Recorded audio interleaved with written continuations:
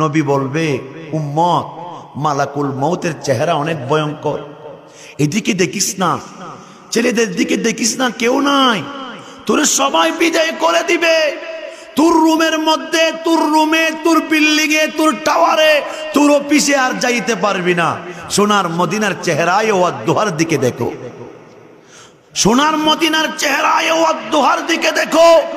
ওই সময় মুমিন গোলামের মুস্কি হাসি যেটা দে, মনে রাখবেন মুস্কি হাসির মাধ্যমে প্রমাণ হয়ে যাচ্ছে রওজায়ে মুবারক থেকে সোনার মদিনা চলে এসেছে। এজন্য আশেকদের মাঝে মাঝে দেখবেন যারা নবীর গোলাম, সত্যিকার মানুষ, মওলারে বড়ই ভালোবাসে, দেখবেন মৃত্যুর সময় মুস্কি হাসি দেয়। সুবহানাল্লাহ বলেন। মুস্কি হাসি দেওয়া, চেহারাটা নীল হয়ে যাওয়া, চেহারা দিয়ে নূর বের হওয়া, এটার আলামত কি জানেন? জান্নাতি মেহমান, জান্নাতি মেহমান, জান্নাতি মেহমান নবীর সাথে কালেকশন হচ্ছে, নবীর সাথে কথা বলছে। নবী বলবে, ও গোলাম, মুস্তাফার চেহারার দিকে দেখো, আমি নবী তোমার দিকে দেখছি। মালাকুল মউত বলবে, নবীর গোলাম যখন হয়ে গিয়েছে, মুস্তাফার প্রেমে যখন ডুব দিয়েছে, আমি মালাকুল মউত নবীর গোলাম, আদর করে সোহাগ করে জানটা নিয়ে যাবে। কিন্তু দেখবেন ওই আল্লাহর বান্দা নবীর গোলাম, এদিকে জান যাচ্ছে আর এদিকে চেহারা নূর হয়ে মুস্কি হাসি দিচ্ছে। এরকম মৃত্যু আপনারা দেখেছেন? আমি দেখেছি দাদা, আমি দেখেছি। আমার মা চলে গিয়েছে আজকে প্রায় 3 বছর। আমি আমার মার মৃত্যুটা দেখেছি, অনেক মুসল্লি কেরামদের মৃত্যু আমি দেখেছি। এদিকে হাসে। হাদিসে পাকের মধ্যে আছে, যখন মালাকুল মউত চিৎকার দেয়, মালাকুল মউত যখন চিৎকার দেয়, ওই মানুষ পাগলের মতো হয়ে যায়। কিন্তু হাদিসে পাকে আছে, সারা পৃথিবীর বস্তুগুলা যদি সিনার মধ্যে রাখা হয়, মালাকুল মউতের ডাকটা তার চাইতে আরো ভয়ঙ্কর।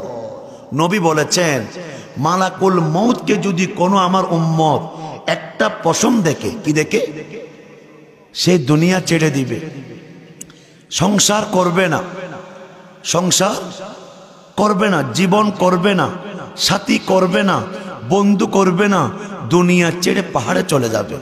শুধু নিজের জন্য চিন্তা করবে, মওলা আমাকে মালাকুল মউতের থেকে রক্ষা করো, মওলা, মওলা আমাকে আজরাইল আলাইহিস সালাম থেকে রক্ষা করো, মওলা আমি তোমার বান্দা না, তুমি যে আমারে কত আদর করে সৃষ্টি করেছো, আমার জানটা মালাকুল মউত যেন না নেয়, তুমি মওলা নিও।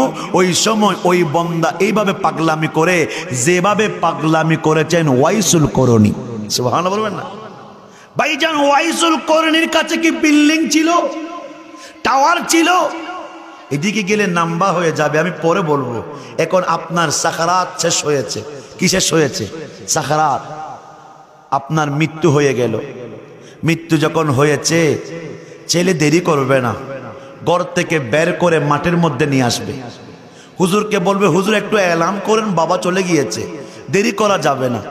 এলান করেছে 10টায়, আপনার জানাজার নামাজ হয়ে গেল। জানাজার নামাজ হওয়ার পরে কত মায়া, কত সোহাগ, দুনিয়ার কাপড় সবগুলা খুলে, আপনার কাপড়, যেই কাপড় আমি পরলাম, যেই গড়ি আমি পরলাম, যেই পোশাক আমি পরলাম, সমস্ত পোশাক রেখে কাপড়ের কাপড় আমাকে গোসলটা করাইয়ে কাপড়ের কাপড়টা পরাইয়ে দিবে।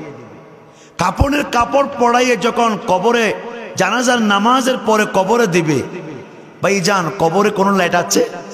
একটু কথা বলেন না। আপনি তো লাইট ছাড়া থাকতে পারেন না। কবরে কি কোনো আলো আছে? কবরে কোনো ফ্যান আছে? এসি আছে? গর্ত আছে? কিছু তো নাই। ডানে মাটি, বামে মাটি, উপরে মাটি, নিচে মাটি, আপনি থাকবেন কিভাবে? আজকে কোথায় আসলেন? জান্নাতের বাগানে। কোথায় আসলেন? জান্নাতের বাগানে। পৃথিবীর অনেক জায়গায় গিয়ে আপনারা কথা বলেন, গ্যারান্টি নাই। আর জান্নাতের বাগানে এসে নবীর শান মান যখন শুনলেন, অবশ্যই আপনি জান্নাতের নিয়ামত পাবেন। আমার নবী ডাক দিয়ে বলে, কবরে যখন রাখা হবে, আমি নবী যেভাবে সাকারাতের সময়